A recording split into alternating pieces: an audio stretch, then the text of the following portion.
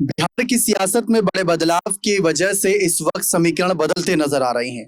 लेकिन बदलते समीकरणों में आखिरकार क्या बिहार की जनता को नया मुख्यमंत्री मिलेगा या फिर कुछ ऐसे नए समीकरण बिठाए जाएंगे कि नीतीश कुमार मुख्यमंत्री भी बने रहें और राज्यसभा भी आ जाए। अब ये सुनने में तो बड़ी हैरानी वाली बात लग रही होगी, लेकिन इसी मामले को जानते हैं राकेश सर से कि क्या ये पॉसिबल है।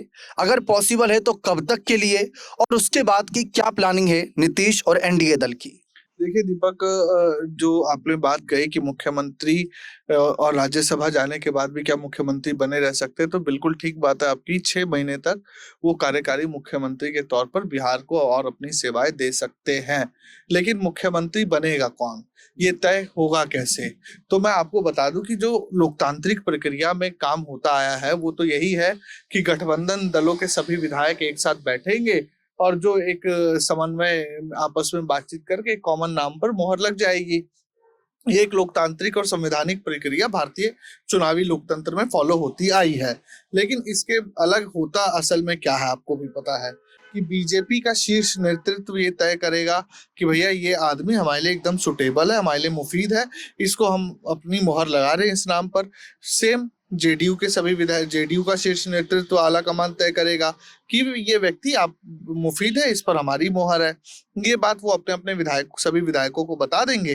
फिर जब एनडीए गठबंधन के सभी विधायकों की बैठक होगी तो उस नाम पर सर एक सवाल ये रहेगा कि जब लालू के साथ नीतीश थे तो लालू के पास संख्या बल ज्यादा था, तो नीतीश पर दबाव बनाते थे कि सीएम कुर्सी छोड़कर तेजस्वी को सौंप दो। क्या ऐसा कोई दबाव बीजेपी बना रही है इन पर? देखिए, बीजेपी दबाव तो बिल्कुल सही बात है कि बना ही रही है और बीजेपी इस कोशिश में है कि बीजेपी का मुख्यमंत्री बन जाए।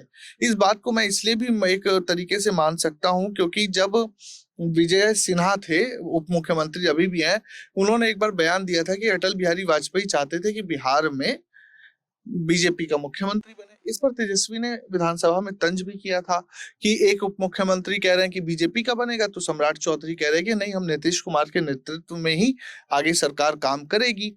तो बीजेपी के मन में कहीं ना कहीं ये बात है। इस बात को आप महाराष्ट्र से भी लेकर देख सकते हैं कि बाला साहेब ठाकरे ने महाराष्ट्र में बीजेपी को उंगली पकड़कर चलना सिखाया। आज आपको पता है शिवसेना के क्या हालात हैं, 2 भागों में बट गई है। तो कहीं ना कहीं ये बीजेपी के लिए क्या जेडीयू में कोई एकनाथ शिंदे की तरह है?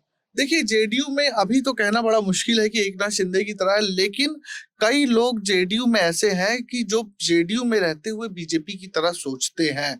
अगर मैं कहूं कि जिस दिन निशांत कुमार ने सदस्यता ली जेडीयू की, उस दिन भी अगर देखेंगे, हम लोगों ने भी वीडियो वो चलाया कि ललन सिंह को लेकर विरोध और उनके पक्ष में नारे लग रहे थे। कोई कह रहा है कि ललन सिंह ने पार्टी बेच दी, तो कोई कह रहा है नहीं, ललन सिंह पार्टी के साथ मजबूती से खड़े हैं।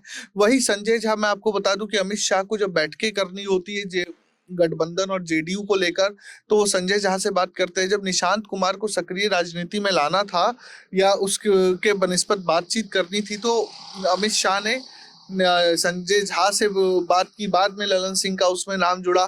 तो कहीं ना कहीं तो ऐसा है कि बीजेपी इस बात को लेकर, क्योंकि देखिए एकनाथ शिंदे भी एकाएक पैदा नहीं हुए, उनमें इतनी क्षमता और शक्ति नहीं थी कि वो शिवसेना तोड़ सके। एक पार्टी तोड़ने के लिए आपको बाहुबल चाहिए। अगर हम समझे कि ठीक है वो नाराज होकर पार्टी छोड़ के गए, तो इतने विधायकों को ले जाकर बीजेपी शासित राज्य में बैठना, बीजेपी के राष्ट्र प्रदेश अध्यक्ष के स्तर के लोग, असम के मुख्यमंत्री हिमंता बिस्वा शर्मा, उन नेताओं से जाकर मिलते हैं।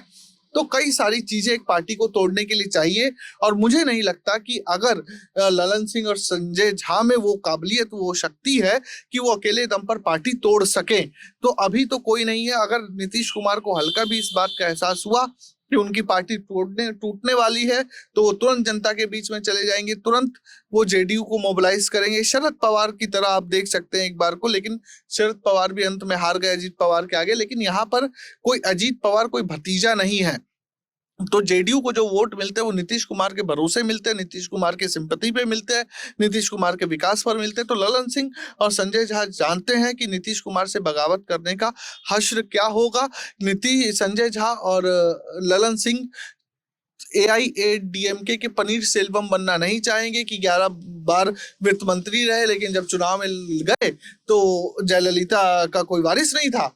तो पनीर सेल्वम उनको किसी ने चुना नहीं। देखिए, इस वक्त समृद्धि यात्रा नीतीश कुमार बिहार में निकाल रहे हैं और जनता के बीच ये संदेश दे रहे हैं कि मैं भले ही दिल्ली जा रहा हूं लेकिन मार्गदर्शन दिल्ली से बिहार का करता रहूंगा। लेकिन इस बीच सम्राट चौधरी, लेसी सिंह ऐसे कुछ बड़े नेताओं के नाम है जो मंच पर आगे आते हैं। नीतीश उनके कंधों पर हाथ रखते हैं, खासकर सम्राट चौधरी को, और कहते हैं कि अब यही देख रेख करेंगे। ऐसे कुछ शब्दों वाले संकेत दे रहे हैं कि नीतीश के बाद सम्राट हो सकते हैं। बीजेपी इस पर जश्न अभी से नहीं मना रही क्योंकि वो जानती है कि नीतीश क्या कर सकते हैं। तो एक समय तेजस्वी को लेकर भी नीतीश ने यही मंशा जताई थी कि अब जो कुछ भी यही बिटवा हमारा है, क्या वही इंटेंशन यहाँ पर दिख रही है और क्या वही पाला बदल यहाँ पर देखने को मिलेगा? बिल्कुल दीपक, मैं बताऊं आपको कि नीतीश कुमार को समझना बड़ा मुश्किल है। वो खास तौर पर मैं अगर बताऊं तो 2015 के बाद से लगातार नीतीश अपने राजनीतिक समीकरण बदलते रहे हैं। वो अब सामने वाले की चालें देखते हैं, सामने वाले के दांवपेच देख रहे हैं।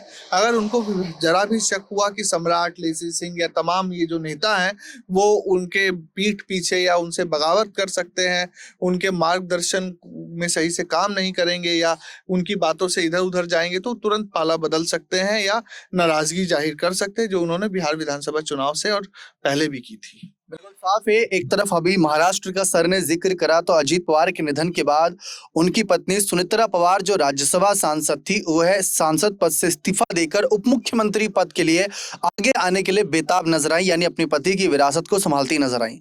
और एक चाचा नीतीश हैं जो राज्य के मुख्यमंत्री हैं, वो मुख्यमंत्री कुर्सी छोड़कर राज्यसभा आना चाह रहे हैं और राज्यसभा आ भी जाएंगे, जो आंकड़ा उनके पास मौजूद है। लेकिन इस बीच मोदी सरकार उनको क्या जिम्मेदारी देगी, क्या मंत्री पद देगी, बिहार किस तरीके से चलेगा, निशांत को क्या जिम्मेदारी मिलेगी, ऐसे कई सारे सवाल यहां पर खड़े हैं। प्रजाहित के साथ जुड़े रहे इन सवालों का जवाब पाने के लिए बहुत बहुत शुक्रिया।